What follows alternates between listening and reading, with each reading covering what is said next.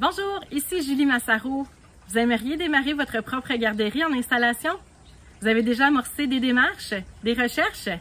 Voici 5 principales dépenses à prévoir pour le démarrage d'une garderie en installation. Première dépense majeure à prévoir, les améliorations locatives ou les rénovations.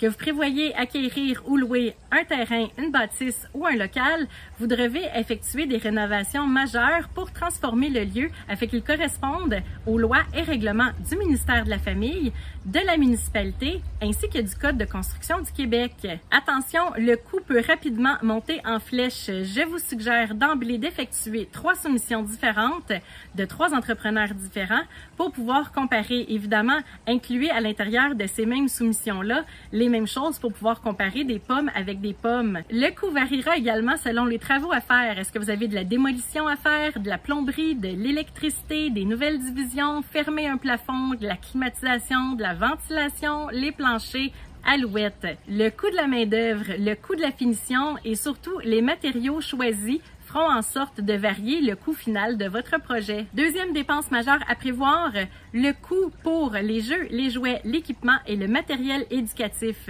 Vous devez en avoir en quantité suffisante pour pouvoir appliquer le programme éducatif et ainsi satisfaire aux lois et règlements du ministère de la Famille. Troisième dépense majeure à prévoir, le coût pour l'achat des armoires de rangement, des vestiaires, des meubles et des comptoirs. Comme vous en avez besoin dans chacun de vos locaux, vous aurez compris que plus vous avez de locaux, plus vous aurez une dépense importante par rapport à celle-ci. Gardez en tête que chaque dépense doit être réfléchie et ici, le choix des matériaux et de la finition peuvent faire une grande importance dans la diversité du prix final.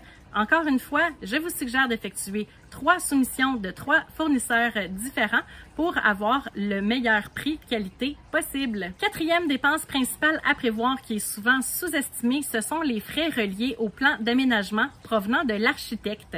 Eh oui, on est obligé, le ministère de la Famille nous l'oblige, on doit faire affaire avec un architecte pour créer des plans d'aménagement.